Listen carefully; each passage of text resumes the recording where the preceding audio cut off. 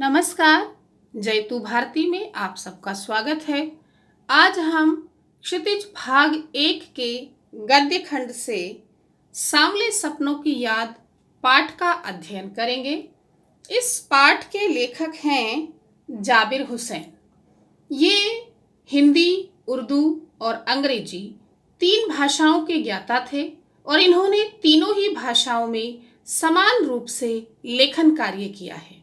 ये राजनीतिक और सामाजिक क्षेत्र में भी सक्रिय भूमिका निभाते रहे और अपने अनुभवों में उपस्थित आम आदमी के संघर्षों को अपने साहित्य में प्रकट किया। इन्होंने डायरी विधा में नवीन प्रयोग किए और संघर्षरत आम आदमी तथा विशिष्ट व्यक्तित्वों पर लिखी गई उनकी डायरियां बहुत प्रसिद्ध हैं। यह पाठ लेखक ने जून 1987 में प्रसिद्ध पक्षी विज्ञानी सालिम अली की मृत्यु के तुरंत बाद डायरी शैली में लिखा, जो कि एक संस्मरण है। बच्चों, संस्मरण कहते हैं स्मृति अर्थात यादों के आधार पर लिखी गई रचना। तो लेखक जिस रचना को अपनी स्मृतियों अर्थात अपनी यादों के आधार पर लिखता है उसे संस्मरण कहते हैं। तो सालिम अली का स्मरण करते हुए लेखक ने इस पाठ में उनका व्यक्ति चित्र प्रस्तुत किया है। आइए जानते हैं कि सालिम अली कौन थे। सालिम अली प्रसिद्ध पक्षी विज्ञानी थे और उनका जन्म 12 नवंबर 1896 में हुआ और उनकी मृत्यु 20 जून 1987 को हुई थी। उन्होंने फॉल ऑफ अ स्पैरो नाम से अपनी आत्मकथा लिखी, जिसमें पक्षियों से संबंधित अनेक रोमांचक घटनाएं हैं। एक गोरैया का गिरना शीर्षक से इसका हिंदी अनुवाद नेशनल बुक ट्रस्ट ने प्रकाशित किया है। तो इस प्रकार सालिम अली ने अपना पूरा जीवन पक्षियों की सेवा में समर्पित कर दिया था। बच्चों, हमारे पाठ का शीर्षक है सांवले सपनों की याद। कुछ कम काले रंग को सांवला रंग कहते हैं। काला रंग अंधकार और बुराई का प्रतीक होता है और सांवला रंग आकर्षक अर्थात सुंदरता और धुंधलेपन का प्रतीक होता है। तो जो सपने सालिम अली ने देखे थे पक्षियों के विषय में, प्रकृति के विषय में, वे बहुत सुंदर थे, बड़े आकर्षक थे। लेकिन सालिम अली की मृत्यु के साथ ही वे सपने धुंधले पड़ते हुए दिखाई दे रहे हैं। तो इसीलिए लेखक ने सालिम अली के आकर्षक सपनों को धुंधले होते हुए सपनों की तरह से याद किया है। तो इस प्रकार सांवले सपनों की याद से तात्पर्य है आकर्षक तथा धुंधले होते हुए सपनों की याद करना। स्पष्ट हो गया? तो आइए अब पाठ प्रारंभ करते हैं। यह पाठ लेखक ने सालिम अली की मृत्यु के तुरंत बाद लिखा था और लेखक उनकी शव यात्रा में गए थे। तो वहां पर उन्हें जो महसूस हुआ उसको उन्होंने लिखा है और वे लिखते हैं कि सालिम अली के शव को दूसरों के कंधों पर जाते हुए देखकर ऐसा लग रहा था मानो सुनहरे पक्षियों के खूबसूरत पंखों पर सवार होकर सांवले सपनों का एक हुजूम, एक भीड़, एक समूह मौत की ओर जा रहा है। अर्थात केवल एक सालिम अली की ही मृत्यु नहीं हुई है, बल्कि उनके साथ साथ अनेक सपनों की मृत्यु हो गई है। जो सपने उन्होंने पक्षियों के विषय में देखे थे, आज वे सपने भी उनके साथ दफन होने के लिए जा रहे हैं। इस भीड़ में सबसे आगे चल रहे हैं सालिम अली और वे जाते हुए ऐसे लगते हैं जैसे सैलानी अर्थात पर्यटक अपने कंधों पर अपनी यात्रा का जो बोझ, जो सामान होता है वह उठाए रखते हैं। उसी प्रकार से आज सालिम अली दूसरों के कंधों पर सवार होकर जा रहे हैं और उनका यह अंतिम सफर है। बाकी सारी यात्राओं से यह यात्रा अलग है, क्योंकि जब वे पहले जंगलों में जाते थे, यात्रा पर जाते थे, तो कुछ दिनों में पक्षियों के खोजपूर्ण नतीजे लेकर वापस आते थे। लेकिन यह उनका अंतिम पलायन है, आखिरी बार जाना है और अब वे वापस नहीं आ सकते। अब वे प्रकृति की गोद में उसी प्रकार विलीन होने जा रहे हैं जिस प्रकार वन का कोई पक्षी अपना अंतिम गीत गाने के बाद मौत की गोद में सो जाता है। और यदि अब कोई उन्हें अपने शरीर की ऊष्मा अर्थात गर्मी और धड़कन देकर भी जीवित करना चाहे तो वे जीवित नहीं हो सकते हैं। अर्थात जिसकी मृत्यु हो जाती है वह पुनः जीवित नहीं हो पाता है। तो यदि कोई चाहे भी कि अपना जीवन देकर उनका जीवन बचा सके तो ऐसा संभव नहीं है। लेखक को याद आता है कि कुछ साल पहले स्वयं सालेम अली ने कहा था कि लोग पक्षियों को आदमी की नज़र से देखना चाहते हैं और यह उनकी भूल है। ठीक उसी तरह है जैसे जंगलों, पहाड़ों, झरनों और आबशारों, आबशार कहते हैं जलप्रपात, झरने, आबशारों को वो प्रकृति की नज़र से नहीं आदमी की नज़र से देखने को उत्सुक हैं। प्रकृति को आदमी की नज़र से देखने से तात्पर्य है मनुष्य की स्वार्थपूर्ण दृष्टि। अर्थात मनुष्य जब जंगल, पहाड़, झरने, जलप्रपात देखता है तो वह उनका मूल्यांकन करना शुरू कर देता है, उन्हें आंकना शुरू कर देता है अपनी आवश्यकता और अपनी उपयोगिता के अनुसार, अपने लाभ के अनुसार। जब भी मनुष्य जंगलों को देखता है तो उसे लगता है कि यहाँ इन जंगलों को काट करके फैक्ट्रीज, कारखाने या मिल स्थापित की जा सकती हैं। पहाड़ देख करके उसे लगता है कि पहाड़ों को काट करके रास्ते बना करके यहाँ पर पर्यटन स्थल बनाए जा सकते हैं जिससे कि लाभ होगा। झरने और नदियों को देख करके उसे ऐसा महसूस होता है और वह करता भी है कि उनका पानी रोक करके वहाँ पर बांध बनाए जाते हैं, बिजली का उत्पादन किया जाता है। तो मनुष्य प्राकृतिक संसाधनों में अपनी स्वार्थ को ढूंढ लेता है और अपने स्वार्थ के अनुसार ही उनका दोहन करता है।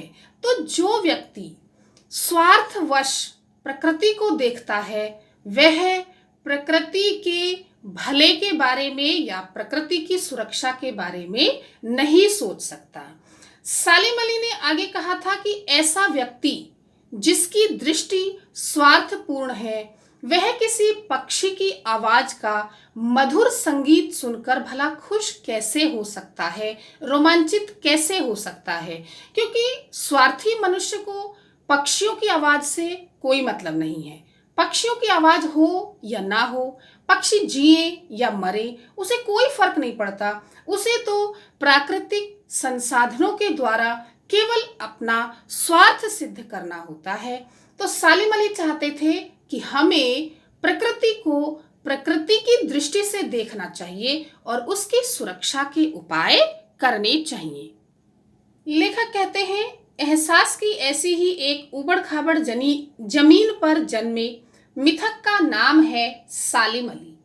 मिथक कहते हैं प्राचीन पुरा कथाओं का जो तत्व होता है, यानी कि बहुत ही प्राचीन कथाओं का जो तत्व है वह नई परिस्थितियों में आकर बदल जाता है, अर्थात उसका अर्थ बदल जाता है।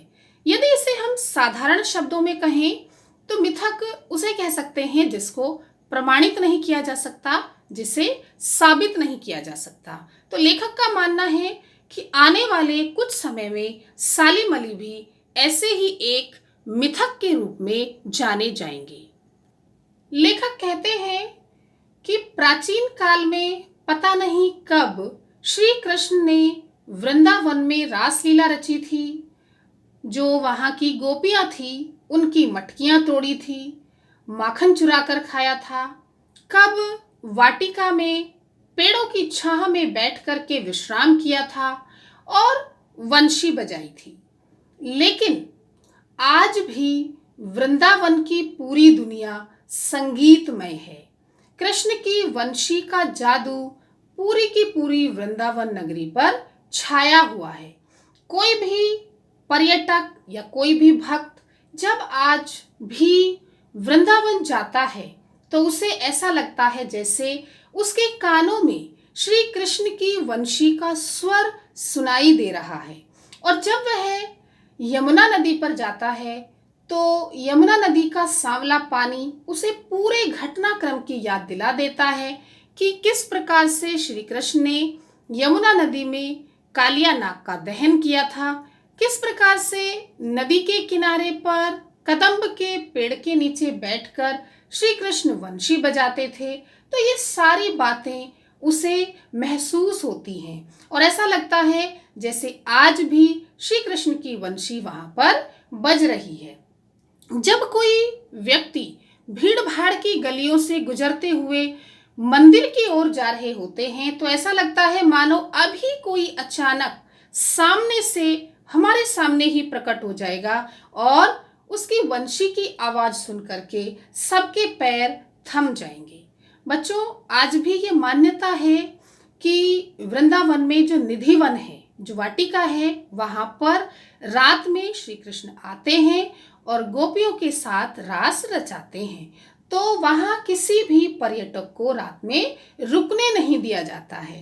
तो जब वाटिका का जो माली है वह पर्यटकों को वहां से जाने के लिए कहता है तो आज भी ऐसा लगता है कि जैसे बस अभी पूरे माहौल पर श्री कृष्ण की वंशी के संगीत का जादू छा जाएगा और वह वृंदावन कभी भी कृष्ण की बांसुरी के जादू से खाली नहीं हुआ है। अर्थात वृंदावन के कण कण में श्री कृष्ण का वास है और वहां जाने वाले व्यक्ति पर श्री कृष्ण की वंशी का जादू छा जाता है। तो पूरी वृंदावन नगरी कृष्णमय है। लेखक सालिम अली के विषय में बताते हुए लिखते हैं कि वे कमजोर काया वाले व्यक्ति थे, अर्थात उनका शरीर बड़ा दुबला पतला था और उनकी जो उम्र थी वह शती तक पहुंचने ही वाली थी। शती मतलब 100 वर्ष, कुछ ही समय बचे थे 100 वर्ष के वो हो जाते, लेकिन उससे पहले ही उनकी मृत्यु हो गई। और लेखक को लगता है कि लंबी यात्राओं की थकान के कारण ही उनका शरीर कमजोर हो गया था और उसी वजह से उन्हें कैंसर जैसी भयंकर बीमारी हुई जिसके कारण उनकी मृत्यु हो गई। लेकिन अंतिम समय तक भी मौत उनकी आंखों से वह रोशनी नहीं छीन पाई जो पक्षियों की तलाश और उनकी हिफाजत के लिए समर्पित थी। अर्थात अंतिम समय तक सालिम अली पक्षियों की तलाश करते रहे, पक्षियों की खोज करते रहे और उनकी सुरक्षा के उपाय सुझाते रहे। सालिम अली की आंखों पर जो दूरबीन चढ़ी हुई थी वह मौत के बाद ही उतारी गई थी। जो पक्षी विज्ञानी होते हैं वे दूरबीन से ही दूर दूर बैठे हुए और आसमान में उड़ते हुए पक्षियों को देखते हैं। तो वही बात लेखक ने यहाँ लिखी है कि मृत्यु के बाद ही वह उनकी आंखों से उतारी गई। अर्थात सालिम अली अंतिम समय तक पक्षियों की खोज में ही लगे हुए थे। उनके जैसा बर्ड वॉचर अर्थात पक्षी विज्ञानी शायद ही कोई हुआ हो। लेखक कहते हैं कभी कभी एकांत क्षणों में सालिम अली को बिना दूरबीन के भी देखा गया है और जब वे दूरबीन नहीं लगाते थे तब वे दूर क्षितिज तक फैली हुई जमीन और झुके हुए आसमान को देखा करते थे। क्षितिज कहते हैं जहां पर आसमान और जमीन मिलते हुए दिखाई देते हैं उसे क्षितिज कहा जाता है। तो वे क्षितिज पर देखा करते थे, उसकी सुंदरता को निहारा करते थे। सालिम अली प्रकृति से प्रभावित नहीं होते थे बल्कि प्रकृति को अपने प्रभाव में ले आते थे। तात्पर्य यह है कि प्रकृति सालिम अली से इतनी प्रभावित थी कि उनके सामने अपने सारे रहस्य खोल देती थी। अर्थात सालिम अली जो खोज करना चाहते थे, जो अनुसंधान, जो शोध करना चाहते थे उसे पूर्णतः करके ही दम लेते थे। तो ऐसा लगता था मानो प्रकृति ने उनके सामने अपने सारे रहस्य खोल दिए हैं। और सालिम अली ने यह पक्षी जगत और यह प्रकृति की दुनिया बड़ी ही मेहनत से बनाई थी और इसको बनाने में उनकी जीवन साथी अर्थात उनकी पत्नी तहमीना ने भी उनकी बहुत मदद की थी। तहमीना पहले उनके साथ स्कूल में पढ़ती थी और बाद में तहमीना और सालिम अली का विवाह हो गया था। तो इन दोनों ने मिलकर के पक्षी जगत और प्रकृति की यह दुनिया बड़े ही परिश्रम से बनाई थी। एक बार सालिम अली चौधरी चरण सिंह से मिलने गए थे। चौधरी चरण सिंह उस समय प्रधानमंत्री थे और सालिम अली उनके पास गए थे। केरल में एक वैली है जिसका नाम है साइलेंट वैली, जिसे शांत घाटी कहते हैं। उसको रेगिस्तानी हवा के झोंकों से बचाने का अनुरोध लेकर वे चौधरी साहब के पास गए थे। चौधरी साहब किसान परिवार से संबंधित थे, इसलिए वे प्रकृति, पशु और पक्षियों की समस्या को बहुत अच्छे से समझते थे। तो जब सालिम अली ने उन्हें पर्यावरण के संभावित खतरों से अवगत कराया तो चौधरी साहब को बड़ा दुख हुआ और उनकी आंखों में भी आंसू आ गए। लेखक लिखते हैं कि आज सालिम अली भी नहीं है, चौधरी साहब भी नहीं है, तो फिर कौन बचा है जो अब पक्षियों के विषय में सोचेगा, उनकी सुरक्षा के उपाय करेगा और हिमालय और लद्दाख की जो बर्फीली जमीन पर रहने वाले पक्षी हैं उनकी वकालत करेगा। वकालत करेगा मतलब उनके विषय में सोचेगा, उनकी सुरक्षा के उपाय करेगा। तो लेखक को ऐसा लगता है कि न चौधरी साहब हैं न सालिम अली हैं, तो अब कोई भी पक्षियों के विषय में सोचने वाला नहीं बचा है। सालिम अली ने अपनी एक आत्मकथा लिखी और उस आत्मकथा का नाम था फॉल ऑफ अ स्पैरो। इसमें सालिम अली ने पक्षियों से संबंधित अनेक घटनाओं का वर्णन किया है। लेखक को डीएच लॉरेंस की मृत्यु की एक घटना याद आती है। बच्चों, डीएच लॉरेंस 20वीं सदी के अंग्रेजी के प्रसिद्ध उपन्यासकार थे। उन्होंने अनेक कविताएं लिखी और विशेषकर प्रकृति संबंधी कविताएं उनकी बहुत प्रसिद्ध हैं। उनका प्रकृति से गहरा लगाव था और उनका मानना था कि हमारा प्रकृति की ओर लौटना बहुत जरूरी है, अर्थात हमें प्रकृति की ओर जरूर ध्यान देना चाहिए।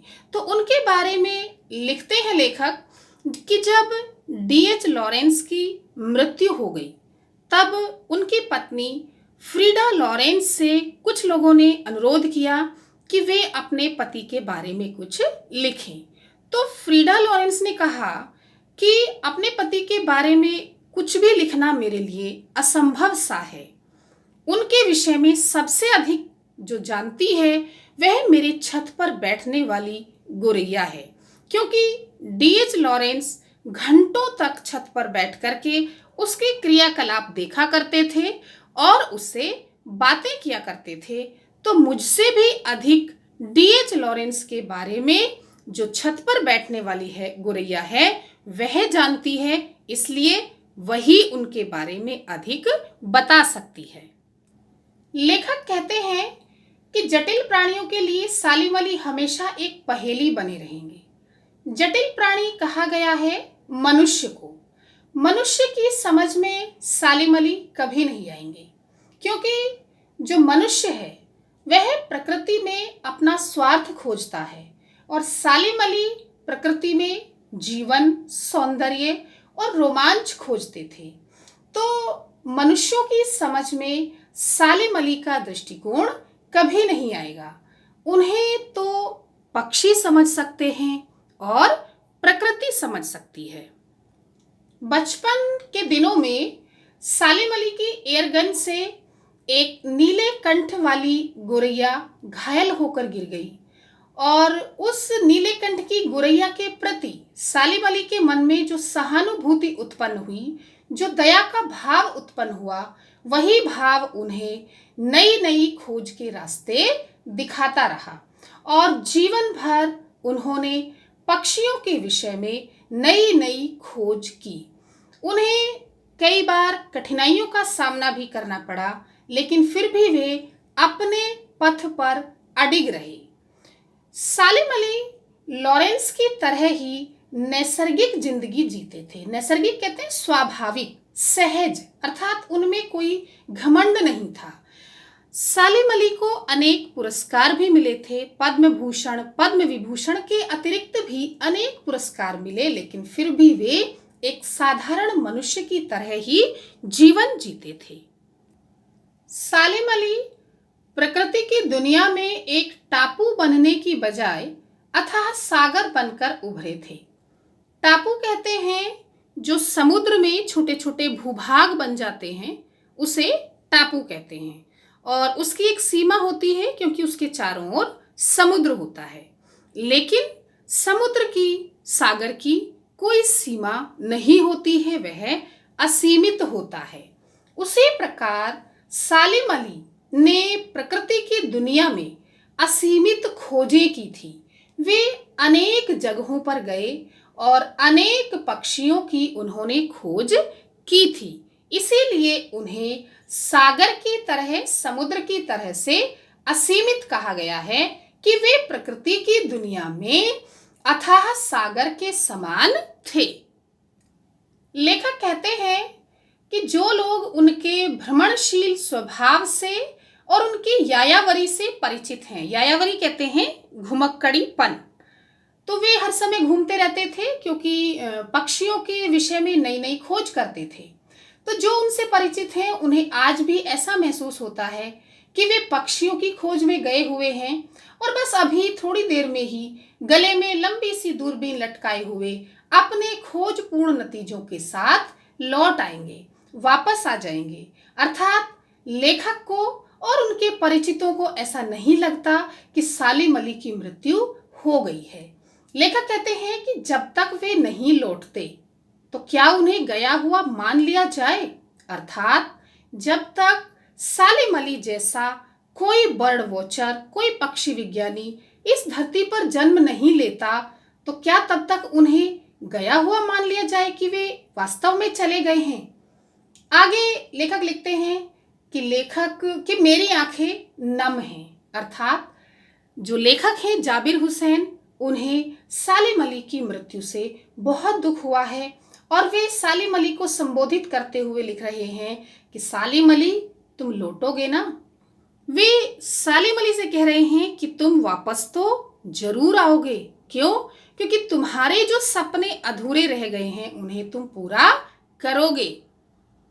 लेखक को लगता है कि सालिम अली दोबारा इस धरती पर अवश्य जन्म लेंगे और पक्षियों के विषय में नई नई खोजें जरूर करेंगे। इसीलिए वे कहते हैं कि सालिम अली तुम लौटोगे ना, अर्थात तुम दोबारा से इस धरती पर अवश्य जन्म लोगे। इसी आशावादी दृष्टिकोण के साथ लेखक ने इस संस्मरण को समाप्त किया है। तो बच्चों, आशा है आपको यह पाठ समझ में आ गया होगा। धन्यवाद।